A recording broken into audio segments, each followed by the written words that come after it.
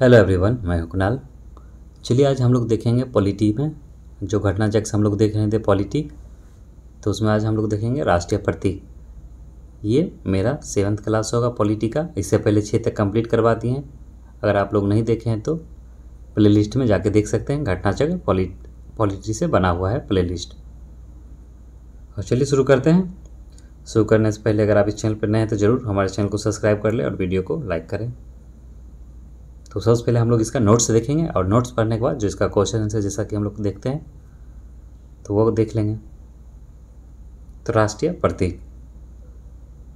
भारतीय झंडा संहिता में उल्लेख है कि राष्ट्रीय झंडे के रंगों और उसके मध्य में चक्र के महत्व का यथेष्ट वर्णन डॉक्टर राधाकृष्णन द्वारा संविधान सभा में किया गया था। एस राधाकृष्णन ने स्पष्ट किया कि भगवा या केसरिया रंग त्याग या निस्वार्थ भाव का प्रतीक है। हमारे झंडे के मध्य में सफ़ेद रंग हमें सच्चाई के पथ पर चलने और अच्छे आचरण की प्रेरणा देता है। हरा रंग मिट्टी और वनस्पतियों के साथ हमारे संबंधों को उजागर करता है, जिन पर सभी प्राणियों का जीवन आश्रित है। सफ़ेद रंग के मध्य में अशोक चक्र धर्म के राज का प्रतीक है। चक्र प्रगति का प्रतीक है। जो चक्र है प्रगति का प्रतीक है। जड़ता प्राणहीनता का प्रतीक है। चक्र शांतिपूर्ण परिवर्तन की गतिशीलता का प्रतीक है। भारत का राष्ट्रीय ध्वज तिरंगा 3 रंगों की पट्टी में विभाजित आयताकार है। ध्वज की लंबाई और चौड़ाई का जो अनुपात है वो 3:2 है।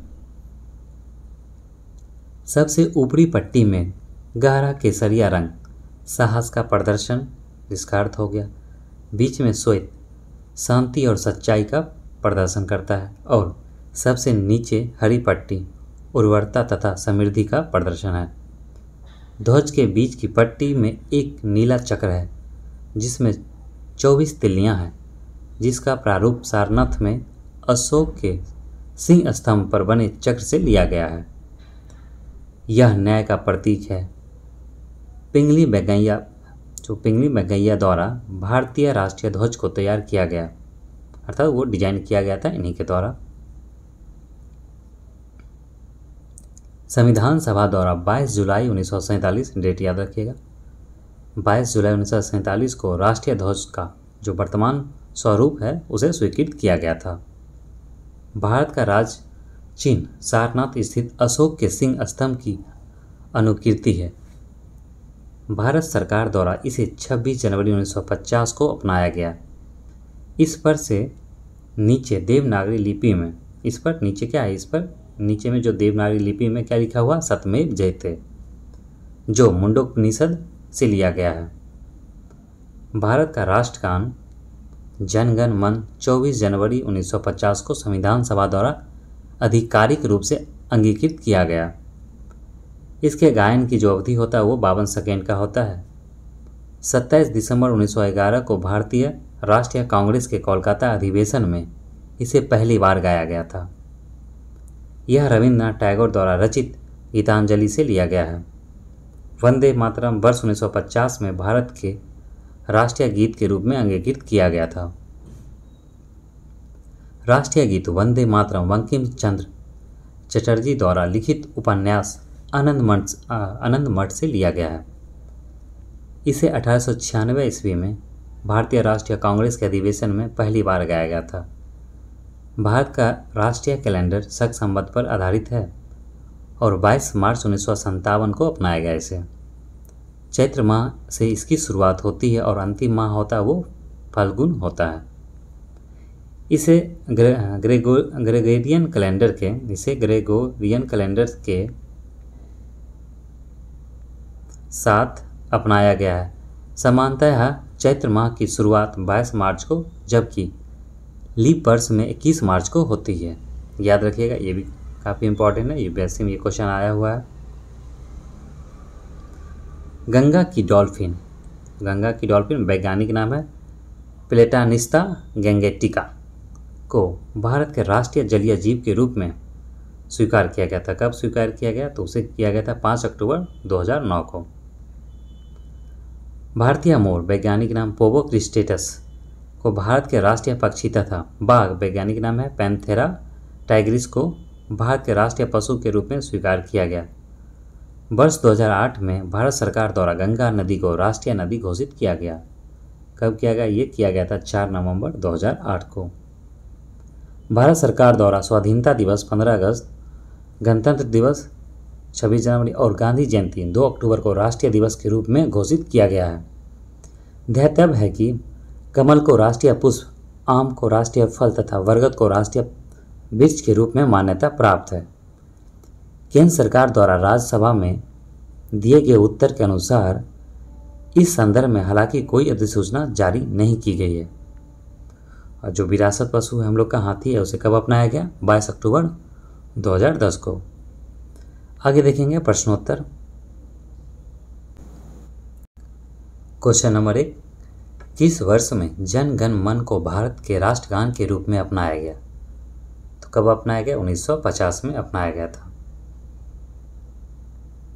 संविधान सभा ने 24 जनवरी 1950 को जन गण मन को राष्ट्रगान के रूप में अपनाया। संपूर्ण राष्ट्रगान को गाने का समय लगभग 52 सेकेंड है। संपूर्ण राष्ट्रगान का वादन गायन काल कितना हो गया? तो 52 सेकेंड हो गया। भारत शासन द्वारा राजकीय चिन्ह स्टेट एम्बलम कब से अंगीकृत या अडॉप्ट किया गया है? तो ये किया गया 26 जनवरी 1950 को। भारत शासन द्वारा राजकीय चिन्ह को 26 जनवरी 1950 को अंगीकृत किया गया था। यह सारनाथ वाराणसी स्थित अशोक के सिंह स्तंभ के शीर्ष की अनुकृति है। आगे देखेंगे क्वेश्चन नंबर 4, भारत की संविधान सभा ने राष्ट्रीय ध्वज को सर्वप्रथम कब स्वीकार किया? तो राष्ट्रीय ध्वज तिरंगा को स्वीकार कब किया गया था? ये 22 जुलाई 1947 को किया गया। और आईएनसी के जो 1935 में जो हुआ था कानपुर में अधिवेशन, उसमें ये झंडा गीत के रूप में भी गाया गया था। भारत की संविधान सभा ने अपने चौथे अधिवेशन 14 जुलाई 1947 से 31 जुलाई 1947 तक में 22 जुलाई 1947 को भारत का राष्ट्रीय ध्वज स्वीकार किया। राष्ट्रीय ध्वज के बीच चक्र में 24 तिल्लियाँ हैं तथा राष्ट्रीय ध्वज की लंबाई कितना हो गया? 2 अनुपात, लंबाई चौड़ाई का अनुपात यह है 3:2। आगे देखेंगे 5 नंबर, निम्नलिखित कथनों पर विचार कीजिए। भारत की संविधान सभा ने राष्ट्रीय ध्वज का प्रारूप 22 जुलाई 1947 को अपनाया था। दूसरा ऑप्शन है राष्ट्रीय ध्वज के बीच चक्र में 21 तिल्लियाँ हैं, ये तो गलत हो गया। राष्ट्रीय ध्वज की चौड़ाई लंबाई का अनुपात, तो चौड़ाई दिया कितना? 2, ये भी गलत है, ये भी गलत है, तो इसका केवल एक सही है। भारत के संविधान सभा ने निम्नलिखित में से किस तिथि को राष्ट्रीय ध्वज को अपनाया? तो 22 जुलाई 1947 को अपनाया। भारत का राष्ट्रीय पशु, तो भारत का जो राष्ट्रीय पशु है बाघ है। भारत का राष्ट्रीय पशु बाघ, जिसका वैज्ञानिक नाम है पैंथेरा टाइग्रिस है। देश में बाघों की घटती संख्या को देखते हुए अप्रैल 1973 में बाघ परियोजना प्रोजेक्ट टाइगर को शुरू किया गया था। भारत का राष्ट्रीय पुष्प क्या है? तो कमल है। भारत का राष्ट्रीय पुष्प कमल है, जो भारतीय संस्कृति का प्रतीक है। इसका वैज्ञानिक नाम नेलम्बो न्यूसीफेरा है। भारत का राष्ट्रीय पक्षी तो मोर है। भारत का राष्ट्रीय पक्षी मोर है। वैज्ञानिक नाम पोबो क्रिस्टेटस है। ध्यातव्य है कि भारत का राष्ट्रीय वृक्ष बरगद, राष्ट्रीय पुष्प कमल, राष्ट्रीय फल आम तथा राष्ट्रीय वाक सत्यमेव जयते है, जो सारनाथ वाराणसी स्थित अशोक स्तंभ से लिया गया है। भारतीय राष्ट्रीय ध्वज में चक्र किसका प्रतीक है? तो चक्र है न्याय का प्रतीक। भारतीय राष्ट्रीय ध्वज में सफ़ेद पट्टिका के बीच में नीले रंग का चक्र है, जिसका प्रारूप सारनाथ में अशोक के सिंह स्तंभ पर बने चक्र से लिया गया है, जिसमें 24 तिल्लियां हैं। यह न्याय का प्रतीक है। भारत के राष्ट्रीय ध्वज में आरों की कुल संख्या, वही जो लाइनिंग है उसमें तिल्लियां की कुल संख्या कितना है? तो 24 है। राष्ट्रीय पंचांग के संबंध में कौन सा या कौन से कथन सही हैं? भारतीय राष्ट्रीय पंचांग विक्रम संवत पर आधारित है। क्या सही है? विक्रम संवत पर नहीं, ये गलत है। राष्ट्रीय पंचांग को 26 जनवरी 1950 को अपनाया गया, नहीं, ये भी गलत है। तो ना तो ये ना तो दो इसका होगा।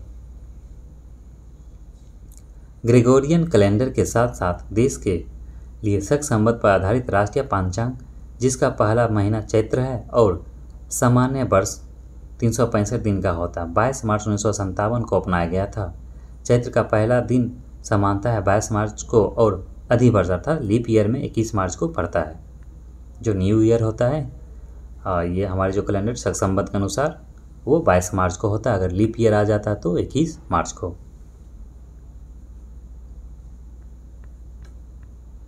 तो अब हम लोग देखेंगे राज्य एवं संघ राज क्षेत्र। भारतीय स्वतंत्रता अधिनियम 1947 के द्वारा दो स्वतंत्र एवं पृथक प्रभुत्व वाले देश भारत तथा पाकिस्तान का निर्माण किया गया। देशी रियासतों के समक्ष 3 विकल्प प्रस्तुत किए गए: भारत में शामिल हो, पाकिस्तान में शामिल हो या स्वतंत्र रहे। भारतीय सीमा के अंतर्गत 552 देशी रियासतें थीं, जिनमें से 549 भारत में शामिल हो गई, जबकि शेष 3 हैदराबाद, जूनागढ़ और कश्मीर ने भारत में शामिल होने से मना कर दिया था। कालांतर में हैदराबाद को पुलिस कार्रवाई के द्वारा, जूनागढ़ को जनमत संग्रह के द्वारा तथा कश्मीर को विलय पत्र के द्वारा भारतीय संघ में शामिल किया गया। संविधान के तहत भारतीय संघ के राज्यों क्षेत्रों को 4 वर्गों में वर्गीकृत किया गया है। भाग क में वे राज्य थे जहां ब्रिटिश भारत में गवर्नर का शासन था। भाग ख में राज्य विधानमंडल के साथ शाही शासन था। भाग ग में ब्रिटिश भारत के मुख्य आयुक्त का शासन था और भाग घ में अकेले अंडमान निकोबार द्वीप समूह को रखा गया। संविधान के अनुच्छेद 1 और जो उसका सेक्शन ए के अनुसार भारत अर्थात इंडिया राज्यों का संघ होगा और अनुच्छेद 2 में भारतीय संघ में नए राज्यों के प्रवेश या स्थापना की संसद की शक्ति। अनुच्छेद 3 में नए राज्यों का निर्माण और वर्तमान राज्यों के क्षेत्रों, सीमाओं या नामों में परिवर्तन करने का संसद को शक्ति दी गई है। संसद साधारण बहुमत से नए राज्यों का निर्माण कर सकती है। भारतीय संविधान संसद को यह अधिकार देता है कि वह नए राज्य बनाने, उसमें परिवर्तन करने, नाम बदलने या सीमा में परिवर्तन के संबंध में बिना राज्यों की अनुमति के कदम उठा सकती है। इस हेतु संविधान संशोधन को अनुच्छेद 368 के तहत संशोधन नहीं माना जाएगा। वर्तमान में भारतीय संघ में 28 राज्य तथा 8 संघ राज क्षेत्र अर्थात यूटी केंद्र शासित प्रदेश यूटी है। आगे देखेंगे संसद संविधान में संशोधन करके किसी भारतीय भूभाग को किसी अन्य देश को सौंप सकती है। जून 1948 में भारत सरकार ने एस के धर की अध्यक्षता में भाषाई प्रांत आयोग की नियुक्ति की। इस आयोग ने अपनी रिपोर्ट दिसंबर 1948 में पेश की।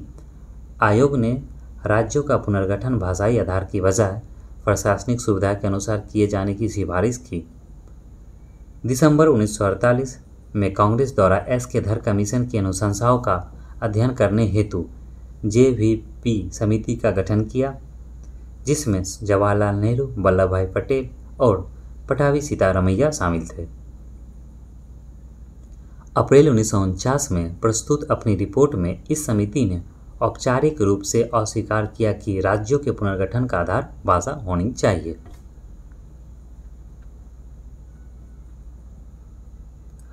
हालांकि पट्टी श्रीरामुलु की 56 दिन की भूख हड़ताल के बाद मृत्यु के कारण अक्टूबर 1953 में भारत सरकार को भाषा के आधार पर आंध्र प्रदेश राज्य का गठन करना पड़ा। आंध्र प्रदेश भाषा के आधार पर गठित होने वाला देश का पहला राज्य है। स्वतंत्रता के पश्चात फजल अली की अध्यक्षता में एक राज्य पुनर्गठन आयोग का गठन वर्ष 1953 में हुआ। इस आयोग के 2 अन्य सदस्य थे, के एम पनिक्कर एवं एच एन किंजरू। इसी आयोग की कुछ अनुशंसाओं को राज्य पुनर्गठन अधिनियम 1956 में लागू किया गया। नए नए राज्यों का गठन देखते हैं हम लोग। तो आंध्र प्रदेश 1 अक्टूबर 1953 को इसका गठन किया गया। गुजरात 1 मई 1960 को। नागालैंड 1 दिसंबर 1963 को। हरियाणा 1 नवंबर 1966 को। हिमाचल प्रदेश 25 जनवरी 1971 को। मेघालय 21 जनवरी 1972। मणिपुर 21 जनवरी 1972 और त्रिपुरा भी 21 जनवरी 1972। सिक्किम 16 मई 1975। मिजोरम 20 फरवरी 1987 और अरुणाचल प्रदेश 20 फरवरी 1987।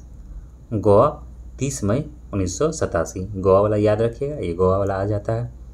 तो गोवा का गठन कब किया गया? 30 मई 1987 को। और छत्तीसगढ़ 1 नवंबर 2000। और हो गया उत्तराखंड 9 नवंबर 2000, झारखंड 15 नवंबर 2000 और तेलंगाना 2 जून 2014। तो अब हम लोग देखेंगे इसका प्रश्न कोश। क्वेश्चन नंबर 1, संविधान में हमारे राष्ट्र का उल्लेख किस या किन नाम या नामों से किया गया है? तो भारत तथा इंडिया, अर्थात इंडिया मीन्स भारत। संविधान में हमारे राष्ट्र का उल्लेख 2 नामों और भारत तथा इंडिया के रूप में किया गया। अनुच्छेद 1 में उल्लेख करता है कि भारत अर्थात इंडिया राज्यों का संघ होगा। India that is Bharat shall be a union of states. Question number 2, संविधान के प्रथम अनुच्छेद के अनुसार भारत है, तो भारत क्या है? राज्यों का एक यूनियन है। संविधान के अनुच्छेद 1 में निर्धारित किया गया है कि भारत अर्थात इंडिया राज्यों का संघ यूनियन होगा। भारत के राज्य क्षेत्र में एक राज्यों के राज्य क्षेत्र, 2 में संघ राज्य क्षेत्र और 3 ऐसे अन्य राज्य क्षेत्र जो अर्जित किए जाएं समाविष्ट होंगे। राज्यों तथा संघ राज्य क्षेत्रों के नाम तथा प्रत्येक के अंतर्गत आने वाले राज्य क्षेत्रों का वर्णन संविधान की प्रथम अनुसूची में किया गया है। क्वेश्चन नंबर 3 देखेंगे, संविधान के निम्नलिखित में से किस प्रावधान के अंतर्गत भारतीय संसद को नया राज्य बनाने का अधिकार दिया गया है? तो नया राज्य बनाएगा किसके अनुसार? अनुच्छेद 3 के तहत। भारतीय संविधान के अनुच्छेद 3 के तहत नए राज्यों के निर्माण, उनके क्षेत्रों, सीमाओं तथा नाम में परिवर्तन का अधिकार शक्ति देता है, जबकि अनुच्छेद 1 के तहत संघ का नाम और राज्य क्षेत्र है और अनुच्छेद 2 के तहत भारतीय संघ में नए राज्यों के प्रवेश या स्थापना की शक्ति संसद को प्रदान की गई है। क्वेश्चन नंबर 4, नए राज्य के गठन की शक्ति निहित है, तो नए राज्यों की जो गठन की शक्ति किसे है? ये संसद में है। भारत के संविधान के अंतर्गत निम्नलिखित में से किसको राज्यों की सीमाओं को परिवर्तित करने का शक्ति प्राप्त है? तो संसद को है।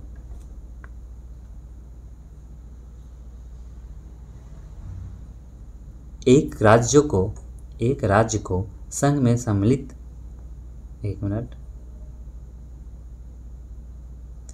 एक राज्य को संघ में सम्मिलित करने अथवा नए राज्यों की स्थापना करने की कार्यपालिका शक्ति निम्नलिखित में से किसे प्राप्त है? तो ये संसद को प्राप्त है। क्वेश्चन नंबर 7 देखेंगे, भारतीय संघ के अंतर्गत किसी राज्य को मिलाने का जो अधिकार है वो किसे है? तो ये भी संसद का है। निम्नलिखित में से कौन सी एक भारतीय संघ राज्य पद्धति की विशेषता नहीं है? तो कह रहा निम्नलिखित में से कौन सी एक भारतीय संघ राज्य पद्धति की विशेषता नहीं है? तो पहला क्या कह रहा? भारत में स्वतंत्र न्यायपालिका है, केंद्र और राज्यों की शक्तियों का स्पष्ट विभाजन किया गया है, तो ये भी सही है दोनों। संघबद्ध होने वाली इकाइयों को राज्यसभा में असमान प्रतिनिधित्व दिया गया, तो ये भी बात है, असमान प्रतिनिधित्व दिया गया। यह संघबद्ध होने वाली इकाइयों के बीच एक सहमति का परिणाम है, तो ये इसका क्या हो गया? इसका डी पद की विशेषता नहीं, तो इसका डी इसका नहीं होगा, अर्थात ये गलत है, बाकी सारा सही है। भारतीय संघ राज्य पद्धति की विशेषताओं में निम्नलिखित लिखित संविधान का होना, संविधान की सर्वोच्चता, शक्तियों का विभाजन, स्वतंत्र न्यायपालिका, द्विसदनीय विधायिका, राज्यों का राज्यसभा में असमान प्रतिनिधित्व, द्विस्तरीय सरकार आदि शामिल है, जबकि भारतीय संघ की स्थापना संघबद्ध होने वाली इकाइयों के बीच किसी सहमति या समझौते द्वारा नहीं हुई है तथा भारतीय संघ से राज्यों इकाइयों को अलग होने का अधिकार नहीं है। भारतीय संविधान के अनुच्छेद 1 में उल्लेखित है कि इंडिया अर्थात भारत राज्यों का संघ होगा। India that is Bharat shall be a union of state. अतः विकल्प डी भारतीय राज्य जो भारतीय संघ राज्य पद्धति की विशेषता नहीं है, यह अमेरिकी संघवाद की विशेषता है। क्वेश्चन नंबर 9, निम्नलिखित में से कौन सा कथन नए राज्यों के निर्माण के बारे में सही नहीं है? तो नहीं पूछा गया है। संसद विधि द्वारा एक नए राज्य का निर्माण कर सकती है, सही बात है। इस प्रकार की विधि में संविधान की पहली अनुसूची और चौथी अनुसूची के संशोधन का प्रावधान होगा, तो इस टाइप का तो नहीं लग रहा। आगे देखते हैं। इस प्रकार की विधि को अनुच्छेद 368 के प्रयोग, अच्छा हाँ ये नहीं होगा, इसका सी नहीं होगा। 368 के प्रयोजन के लिए संविधान का संशोधन समझा नहीं जाता है। इस प्रयोजन के लिए विधेयक संसद में तब तक पूरा स्थापित नहीं किया जा सकता जब तक कि इसे उस राज्य के विधानमंडल को निर्देशित नहीं कर दिया गया जिसके क्षेत्र सीमाओं या नाम पर उसका प्रभाव पड़ता है। तो इसका क्या हो जाएगा? सिर्फ जो सी है वो इसका गलत है, नहीं, बाकी सब सही है। इसका देखते हैं, व्याख्या भी देख लेते हैं। नए राज्यों के निर्माण के लिए विधि हेतु अनुच्छेद 368 के तहत विशेष प्रक्रिया संविधान संशोधन की प्रक्रिया नहीं अपनाई जाती, अर्थात संसद साधारण बहुमत से नए राज्यों का निर्माण कर सकती है तथा संविधान के अनुच्छेद 4 के 2 के अनुसार इस प्रकार की विधि अनुच्छेद 368 के प्रयोजनों के लिए संविधान का संशोधन नहीं समझी जाती है। अन्य विकल्पों के कथन नए राज्यों के निर्माण के संदर्भ में सही दिए गए हैं। एक नया राज्य बनाने में संवैधानिक संशोधन के लिए कैसा बहुमत चाहिए? तो साधारण बहुमत चाहिए। भारत में एक नया राज्य सृजित करने वाले विधेयक को पारित होना अनिवार्य है, तो संसद में साधारण बहुमत के द्वारा। सारा क्वेश्चन रिपीट करेगा एक एक करके।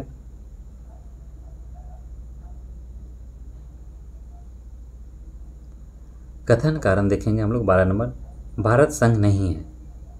कारण बोल रहा किसी भी राज्य का क्षेत्र सीमा नाम उसकी सहमति के बिना भी परिवर्तित करने की शक्ति संघीय संसद को प्राप्त है, तो भारत संघ नहीं है। देखते हैं क्या दिया इसका आंसर। इसका ये गलत है, भारत तो संघ है ना। India that is Bharat a union of state. और दूसरा है किंतु आर सही है। संविधान के अनुच्छेद 1 के अनुसार भारत राज्यों का संघ है। किसी राज्य के क्षेत्र सीमा या नाम में परिवर्तन हेतु राज्य के विधानमंडल का विचार प्रकट करना अनुच्छेद 3 के परंतुक के तहत अपेक्षित है, किंतु इस संदर्भ में राज्य विधानमंडल के विचार संसद पर बाध्यकारी नहीं है। अतः संसद बिना राज्यों की सहमति के भी ऐसा कर सकती है। अतः कथन एक गलत है परंतु आर सही है। संवैधानिक प्रावधानों के अनुसार राज्यों की सीमाओं को बदलने के लिए डैश सहमति की आवश्यकता है, तो राज्यों की नहीं। तो राज्यों की नहीं सहमति की आवश्यकता है। निम्नलिखित में से कौन एक नए राज्यों के निर्माण के लिए संवैधानिक उपबंध नहीं है? तो कौन से नहीं है? तो किसी राज्य का क्षेत्र बढ़ाकर, यह है किसी राज्य का क्षेत्र घटाकर, क्षेत्र को बढ़ाना क्षेत्र को घटाना, उसके नाम में परिवर्तन करना, ये सब तो अधिकार दिया गया, लेकिन एक राज्य संघ राज्य क्षेत्र शामिल कर सकेगा। तो एक राज्य संघ राज्य क्षेत्र शामिल कर सकेगा, ये नहीं है, ये केंद्र को है। देखते हैं इसका क्या दिया गया व्याख्या। भारतीय संविधान के अनुच्छेद 3 के अनुसार किसी राज्य की सीमाएं बदलने, नए राज्य का निर्माण करने अथवा उसके नाम में परिवर्तन करने का अधिकार केवल संसद को दिया गया है और राज्य को यह अधिकार प्राप्त नहीं है। निम्नलिखित में से कौन सा संविधान के अनुच्छेद 3 के तहत संसद के एक कानून द्वारा संभव नहीं है? तो नए राज्यों का गठन, राज्यों के क्षेत्रों में परिवर्तन और राज्यों की सीमाओं में परिवर्तन, ये सारा है, लेकिन नए राज्यों का प्रवेश क्या है, इसमें नहीं दिया गया है। अनुच्छेद 3 में नहीं दिया गया, वो किस में दिया गया है नए राज्यों का प्रवेश, तो अनुच्छेद 2 में वो दिया गया है।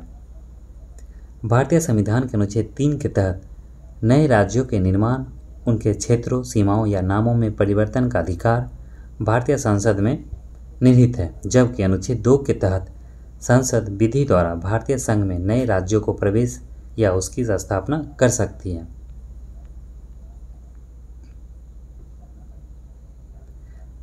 निम्नलिखित कथनों पर विचार कीजिए और दिए गए गुट की सहायता से बताइए कि इनमें से कौन सा सही है। संविधान में यूनियन ऑफ स्टेट शब्द प्रयुक्त हुआ है क्योंकि भारतीय राज्यों को अलग होने का अधिकार नहीं है, तो ये भी बात सही है। एस के धर आयोग ने राज्यों के पुनर्गठन हेतु भाषा के आधार की अपेक्षा प्रशासनिक सुविधा को वरीयता दी है, सही बात है। पंडित नेहरू, सरदार पटेल और पटाभी सीतारामैया की अध्यक्षता में कांग्रेस कमेटी राज्यों के पुनर्गठन में भाषाई आधार के पक्ष में नहीं थी, तो ये भी सही है, तो इसमें सभी सही है। डॉक्टर अंबेडकर के शब्दों में संविधान में प्रयुक्त यूनियन ऑफ स्टेट शब्द का अर्थ है संघ राज्य समझौता का परिणाम नहीं होने के कारण किसी भी राज्य को संघ से विलग होने का अधिकार नहीं है। एस के धर आयोग 1948 ने भाषाई आधार पर राज्यों के पुनर्गठन का विरोध करते हुए इस संदर्भ में प्रशासनिक सुविधा को वरीयता दी है। वर्ष 1948 में गठित पंडित नेहरू, सरदार पटेल और पटाभी सीतारामैया की कमेटी जेबीवी कमेटी ने अप्रैल 1949 में प्रस्तुत अपनी संस्तुतियां में राज्यों के पुनर्गठन में भाषाई आधार को अस्वीकार किया था। आगे देखेंगे क्वेश्चन नंबर 17। भारतीय संघात्मक व्यवस्था के संदर्भ में निम्नलिखित में से कौन सा कथन सही है। तो पहला है भारतीय संविधान के अंतर्गत राज्य को संघ से अलग होने का अधिकार नहीं है, तो पहला ये तो सही है। अलग होने की मात्र वकालत करने पर अभिव्यक्ति की स्वतंत्रता की सुरक्षा मिलेगी, तो नहीं, ये भी गलत है। देखते हैं इसका क्या दिया, इसका केवल एक सही है, बाकी दो गलत है। भारतीय संविधान के तहत राज्यों के संघ की स्थापना की गई है, जिसमें राज्यों को संघ से अलग होने का अधिकार नहीं है। संघीय संसद ही संघ में नए राज्यों का प्रवेश या उनकी स्थापना कर सकती है तथा राज्यों के क्षेत्र, सीमाओं या नाम में परिवर्तन कर सकती है, अथवा राज्यों के भागों को अलग कर मिलाकर नए राज्य का निर्माण कर सकती है, परंतु संविधान के तहत किसी राज्य को संघ से पृथक हो सकने पर या कर सकने का अधिकार नहीं दिया गया। इस प्रकार का कथन एक सही है। वहीं बात करें हम लोग संविधान के अनुच्छेद 19 के क के तहत सभी नागरिकों को वाक स्वतंत्रता या अभिव्यक्ति स्वतंत्रता का मूल अधिकार प्राप्त है, परंतु इस अधिकार के प्रयोग पर भारत की प्रभुता और अखंडता, राज्य की सुरक्षा, विदेशी राज्यों के साथ मैत्रीपूर्ण संबंधों, लोक व्यवस्था, शिष्टाचार या सदाचार के हितों में अथवा न्यायालय अवमान, मानहानि या अपराध उत्पीड़न के संबंध में युक्तियुक्त निर्बंधन राज्य विधि द्वारा आरोपित कर सकता है। तदनुसार भारत से अलग होने की मात्र वकालत करना भी संबंधित विधि के तहत अपराध माना जा सकता है। तो अब इसका वकालत भी नहीं कर सकते हैं कि हमें भारत से अलग होना है। कोई राज्य ऐसा नहीं कर सकता। जैसे मान लीजिए बिहार अगर अलग होना चाहेगा भी तो भारत से नहीं हो सकता। 18 नंबर देखेंगे। यदि भारतीय संघ में एक नए राज्य का सृजन किया जाए, अगर नए राज्य का सृजन किया जाता है तो संविधान की किस अनुसूची का संशोधन करना आवश्यक होगा? तो प्रथम अनुसूची। राज्य पुनर्गठन आयोग ने 1 नवंबर 1956 को कितने राज्य तथा कितने संघ राज्य बनाए? तो 14 राज्य एवं 6 संघ बनाए थे संघ राज्य। स्वतंत्रता के पश्चात नए राज्यों के निर्माण के लिए फजल अली की अध्यक्षता में एक राज्य पुनर्गठन आयोग का गठन हुआ, जिसकी सिफारिश पर 14 राज्य एवं 6 संघ राज्य क्षेत्र स्थापित किए गए। आंध्र प्रदेश स्वतंत्रता के पश्चात भाषा के आधार पर गठित 1 अक्टूबर 1953 को प्रथम राज्य बना। भारत में कितने राज्यों एवं संघीय प्रदेश है? तो वर्तमान में कितना है, तो 8 स्टेट है हो गया, और 8 कहते हैं 28 स्टेट हो गया, और 8 हो गया आपका यूटी यूनियन केंद्र शासित प्रदेश।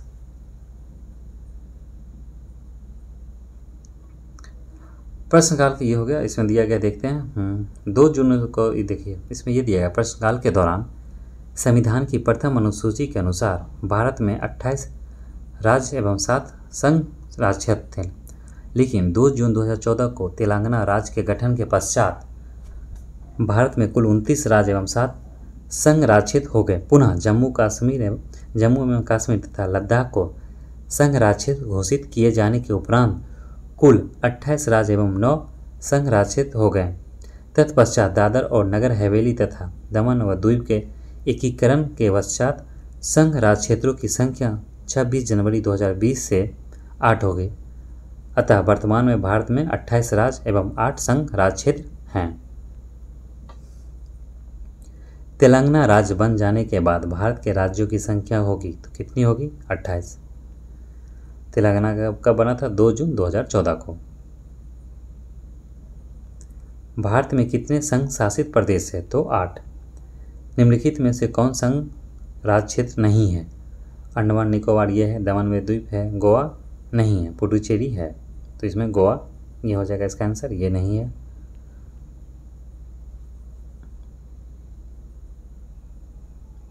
क्वेश्चन नंबर 24, किसी राज्य की राजधानी का नाम स्वतंत्रता प्राप्ति के बाद अभी तक नहीं बदला, मतलब किस राज्य की राजधानी का नाम स्वतंत्रता प्राप्ति के बाद अभी तक नहीं बदला गया है, तो क्या दिया गया है, देखते हैं, इसका स्टार मारा गया है, इसका पढ़ते हैं, व्याख्या देखते हैं। ऑप्शन हो गया तमिलनाडु, पश्चिम बंगाल, केरल और आंध्र प्रदेश दिया है। MPPSC में ये पूछा गया 2005 में क्वेश्चन, स्वतंत्रता प्राप्ति के बाद आंध्र प्रदेश की राजधानी हैदराबाद का नाम अभी तक नहीं बदला गया है। 2 जून 2014 को तेलंगाना राज्य के निर्माण के बाद अगले 10 वर्षों से अनधिक अवधि तक हैदराबाद के आंध्र प्रदेश और तेलंगाना की संयुक्त राजधानी बने रहने का प्रावधान आंध्र प्रदेश पुनर्गठन अधिनियम 2014 के तहत किया गया था तथा इसी अवधि के बाद आंध्र प्रदेश की नई राजधानी होनी थी। वर्ष 2020 में आंध्र प्रदेश विधानसभा द्वारा पारित अधिनियम के तहत यहाँ 3 राजधानियाँ, अमरावती जहाँ विधायी राजधानी हो गया, और विशाखापत्तनम कार्यकारी राजधानी एवं कुर्नूल जो न्यायिक राजधानी का प्रावधान किया गया है। तमिलनाडु की राजधानी मद्रास का अद्यतन नाम चेन्नई, पश्चिम बंगाल की राजधानी का अद्यतन नाम कोलकाता एवं केरल की राजधानी त्रिवेंद्रम का नाम अद्यतन नाम तिरुवनंतपुरम हो गया है। क्वेश्चन नंबर 25, दिल्ली है, तो दिल्ली क्या है, एक केंद्र शासित प्रदेश। क्वेश्चन नंबर 26, किस संविधान संशोधन द्वारा दिल्ली को राष्ट्रीय राजधानी क्षेत्र का दर्जा दिया गया है, तो कौन सा संशोधन के द्वारा, ये 69वां संविधान संशोधन के द्वारा 1991 में। देश की राजधानी दिल्ली को संघ राज्य क्षेत्र की श्रेणी में कायम रखते हुए इसके एक विधानसभा और मंत्रिपरिषद का उपबंध किया गया है। साथ ही संविधान के अनुच्छेद 239 क के तहत संघ राज्य क्षेत्र दिल्ली को राष्ट्रीय राजधानी क्षेत्र NCR का दर्जा दिया गया है। भारत के संविधान के अनुच्छेद 240 के अंतर्गत कुछ संघ राज्य क्षेत्रों के लिए विनियम बनाने की राष्ट्रपति की शक्ति के संदर्भ में निम्न में से कौन सा युग्म सही सुमेलित नहीं है, तो कौन सा नहीं है, तो इसका D नहीं है। देख लेते हैं क्या दिया है। तो जो अनुच्छेद है 240 के 1 क में अंडमान और निकोबार द्वीप, ये सही है। 240 का 1 ख में लक्षद्वीप से संबंधित है, ये भी सही है। और 240 के 1 ग में दामन और द्वीप भी, लेकिन 240 1 ग में पुडुचेरी, ये गलत है। प्रश्नकाल के दौरान यह स्थिति थी कि भारतीय संविधान के अनुच्छेद 240 कुछ संघ राज्य क्षेत्रों के लिए विनियम बनाने की राष्ट्रपति की शक्ति के अनुसार राष्ट्रपति 240 1 क में अंडमान और निकोबार द्वीप, 240 के 1 ख में लक्षद्वीप, 240 के एक गाँव में दादर और नागर हवेली, और 240 के एक गाँव में दमन और द्वीप, और 240 के एक गाँव में यह हो गया पुडुचेरी। संघ राज्य क्षेत्र की शांति, प्रगति और सुशासन के लिए विनियम बना सकेगा। प्रश्नागत विकल्प डी में अनुच्छेद 240 एक का घ दिया है जो पुडुचेरी दिया गया है, जो गलत है। वर्तमान में दादर और नगर हवेली तथा दमन और द्वीप संघ राज्य क्षेत्रों का विलय कर दिया गया अधिनियम 2019 के द्वारा, और अनुच्छेद 240 एक ग के तहत दादर और नगर हवेली तथा दमन द्वीप को स्थापित किया गया, जबकि अनुच्छेद 240 के एक घ के विलोपित कर दिया गया, मतलब हटा दिया गया। क्वेश्चन नंबर 28 देखेंगे। निम्नलिखित कथनों में से कौन सा एक गलत है? तो कौन सा गलत दिया गया है? तो इसका डी जो है वो गलत दिया गया है, बाकी ये सब सही है। गोवा को 1987 में पूर्ण राज्य का दर्जा प्राप्त है। द्वीप खंबात की खाड़ी गल्फ ऑफ खंबात में एक टापू है। दमन और दीव को भारतीय संविधान के 56वें संशोधन द्वारा गोवा से अलग किया गया। तो बाकी ये तीनों सही है और लास्ट वाला गलत है। Question number 29। सिक्किम भारत का एक राज्य बनाया गया था। तो सिक्किम को कब बनाया गया था राज्य? 35वें संविधान संशोधन के द्वारा बनाया गया था भारत का एक राज्य। और पूर्ण रूप का जो दर्जा दिया गया, पूर्ण राज्य का दर्जा दिया गया था कब? 36वें संविधान संशोधन 1975 के द्वारा। तो इसका आंसर क्या हो जाएगा? ये सी हो जाएगा। 35वें संविधान संशोधन 1974 के द्वारा सिक्किम को भारत में सहयुक्त राज्य एसोसिएट स्टेट के रूप में शामिल किया गया था, और 36वें संविधान संशोधन 1975 द्वारा सिक्किम को 22वां राज्य पूर्ण राज्य का दर्जा प्रदान किया गया।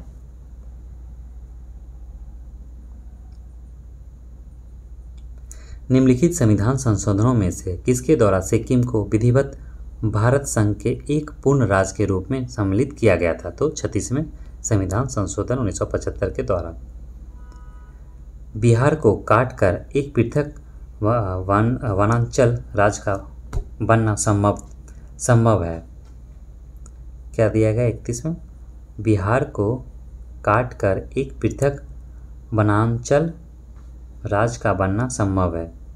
तो इनमें से कोई नहीं दिया गया है आंसर में। पहला बोल रहा है राज्य विधानसभा में कानून पारित करके, राज्यपाल द्वारा अध्यादेश को पारित करके, संवैधानिक औपचारिक को समाप्त करके। तो इनमें से कोई नहीं। देखते हैं इसका व्याख्या क्या दिया गया है।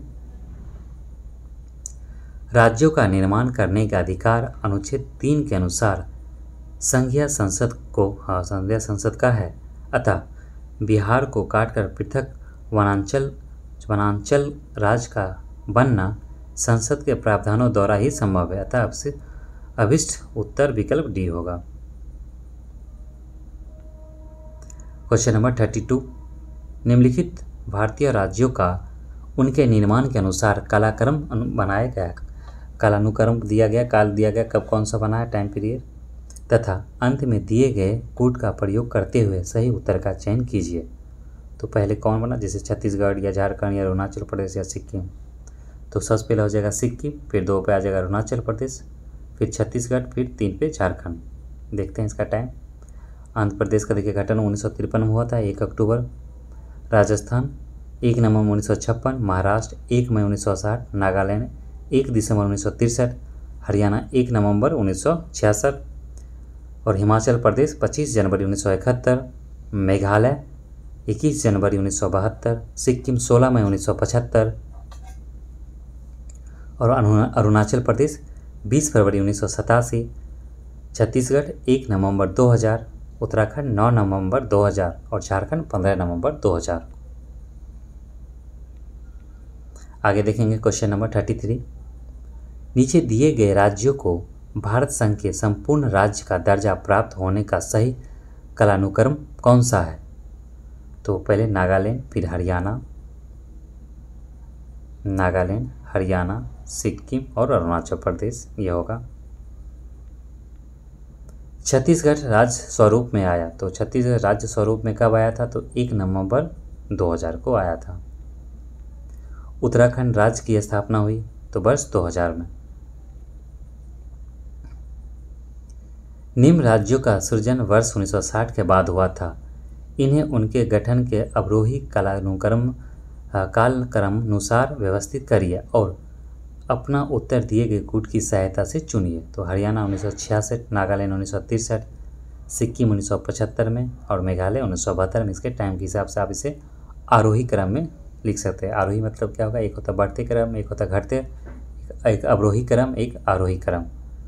तो इसका दिया गया क्या? सी, अर्थात पहले 3 दिया गया तो 3 हो गया 1963, तो ये बढ़ते क्रम में लिखा गया है। भारत में निम्नलिखित राज्यों के बनाने के सही कालक्रम के पहचान नीचे दिए गए कूटों से कीजिए। तो आंध्र प्रदेश 1953, हरियाणा 1966, हिमाचल प्रदेश 1971 और सिक्किम 1975 में। तो बी हो जाएगा इसका 1, 3, 2, 4।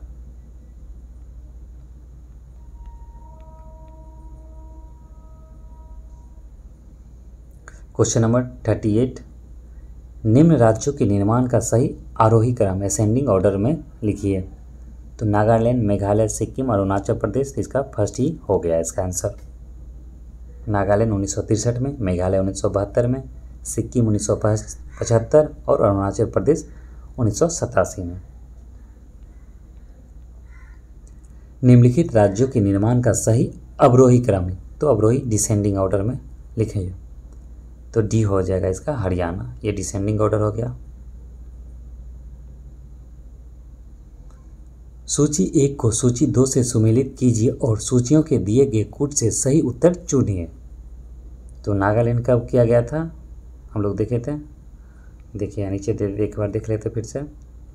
नागालैंड 1963, झारखंड 2000, तेलंगाना 2014 और सिक्किम 1975। तो इसके अनुसार क्या हो जाएगा? तो देखिए सबसे पहले तेलंगाना कर मिला दीजिए 2014 में, सिक्किम 1975 और झारखंड 2000। तो नागालैंड हो गया 1962 दिया है, हालांकि 63 होना चाहिए। नोट, नागालैंड के अस्तित्व में आने का वर्ष विकल्प में वर्ष 1962 दिया गया, जो कि सही नहीं है। नागालैंड राज्य 1 दिसंबर 1963 को अस्तित्व में आया था। तो यहाँ पे दे दिया सही करके। अब देखेंगे क्वेश्चन नंबर 41, निम्नलिखित में से किस राज्य का गठन वर्ष 1948 में हुआ? तो किसका हुआ? देखते हैं इसका व्याख्या, इसमें स्टार्ट दिया गया है। इस प्रश्न के अंग्रेजी संस्करण में राज्य के लिए स्टेट शब्द का प्रयोग हुआ है। इस आधार पर दिए गए विकल्पों में कोई विकल्प सही नहीं है, परंतु यदि राज्य का अर्थ प्रोविंस लिया जाए तो वर्ष 1948 में गठित राज्य हिमाचल प्रदेश होगा। प्रश्नागत राज्यों के प्रोविंस और स्टेट बनाने की सूची इस प्रकार है। पश्चिम बंगाल का बना था प्रोविंस 15 अगस्त 1947 को और स्टेट 26 जनवरी 1950 को। असम 15 अगस्त 1947 को और स्टेट बना 26 जनवरी 1950। पंजाब जो प्रोविंस बना वो 15 अगस्त 1947 को और 26 जनवरी 1950 को ये स्टेट बना। हिमाचल प्रदेश 15 अप्रैल 1948 को और इसका जब स्टेट का जो दर्जा मिला एक 25 जनवरी 1971 में। आगे देखेंगे क्वेश्चन नंबर 42, निम्न में से एक कथन असत्य है। तो बताइए कौन सा कथन जो है असत्य है, गलत है।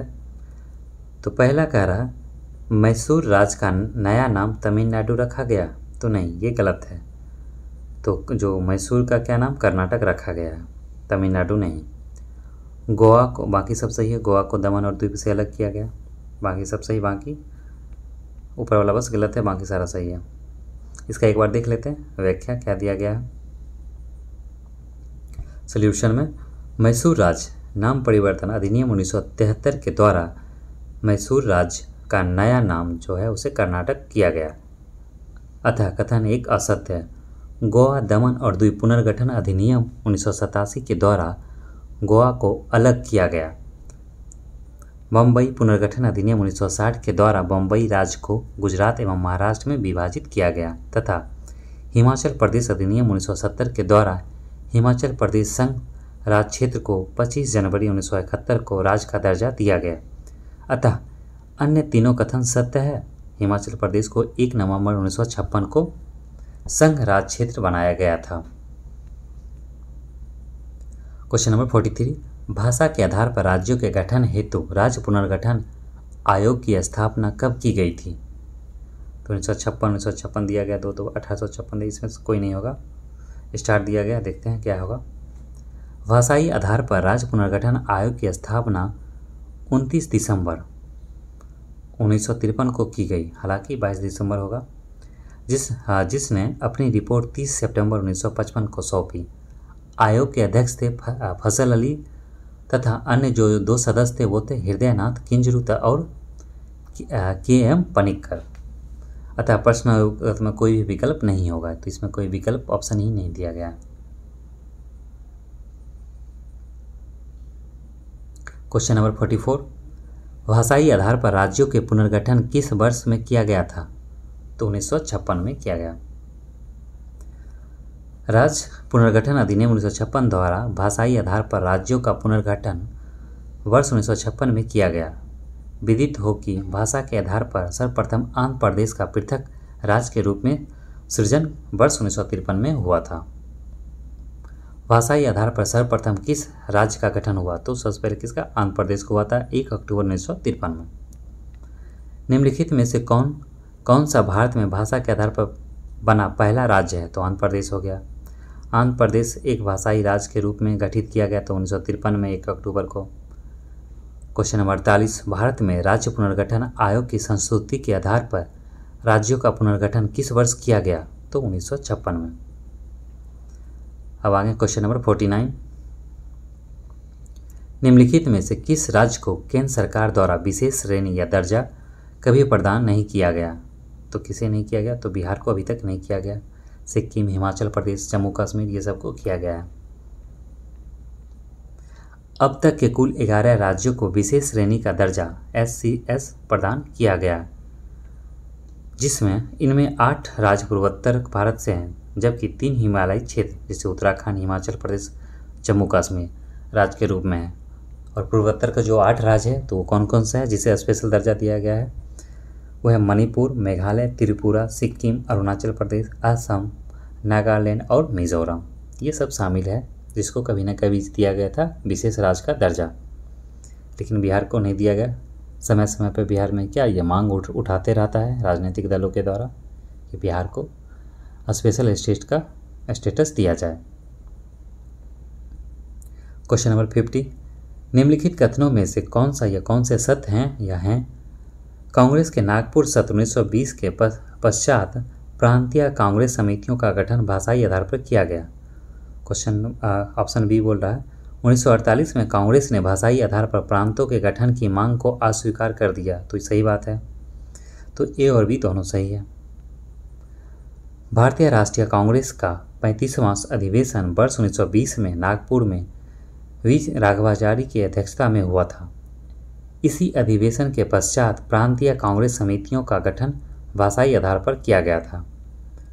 भारत की आज़ादी के बाद भारत में वर्ष 1948 में संविधान सभा ने एस के धर के नेतृत्व में भाषाई राज्य आयोग की नियुक्ति की। इस आयोग ने भाषा के आधार पर प्रांतों के गठन को नकार दिया। दिसंबर 1948 में कांग्रेस द्वारा इस आयोग की संस्तुतियों पर विचार हेतु जवाहरलाल नेहरू, वल्लभ भाई पटेल और पटाभी सीतारामैया की 3 सदस्यीय JVP समिति का गठन किया गया था, जिसने अप्रैल 1949 में प्रस्तुत अपनी रिपोर्ट में भाषाई आधार पर प्रांतों के गठन की मांग को अस्वीकार कर दिया था। अतः विकल्प डी सही होगा। तो अब होगा जो हम लोग का जो नेक्स्ट है वो है नागरिकता। इसे हम लोग नेक्स्ट वीडियो में बात करेंगे। ठीक है, वीडियो अच्छी लगी तो आप लोग ज़रूर लाइक कीजिएगा। मिलते हैं हम लोग नेक्स्ट वीडियो में। आप सभी का धन्यवाद।